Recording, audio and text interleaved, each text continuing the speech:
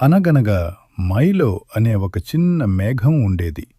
అది ఆకాశంలో ఎత్తులో పెద్ద పెద్ద మెత్తటి మేఘాలతో కలిసి తేలియాడుతూ ఉండేది. కాని మైలో విచారంగా ఉండేది.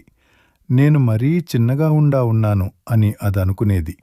ఆ పెద్ద మేఘాలలాగా నేను ఏ ముఖ్యమైన పని చెయ్యలేను. ఒకరోజు సూర్యుడు చాలా ప్రకాశవంతంగా వెలుగుతున్నాడు. కింద ఒక చిన్న మొక్క ఎండిపోతోంది.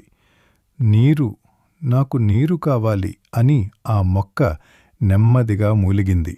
మైలో ఇది చూసి ఆందోళన చెందింది. అది సహాయం చెయ్యాలనుకుంది. కాని అది మరీ చిన్నది కదా. ఏది ఏమైనా నేను ప్రయత్నిస్తాను అని అది ధైర్యంగా అంది.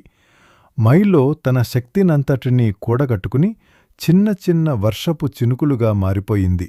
చిటపట చిటపట చిటపట ఆ చిన్న మొక్క ఆ నీటిని తాగి నెమ్మదిగా మళ్లీ నిటారుగా నిలబడింది. ధన్యవాదాలు అని ఆ మొక్క చిరునవ్వుతో అంది. మైలో గర్వంగా భావించింది.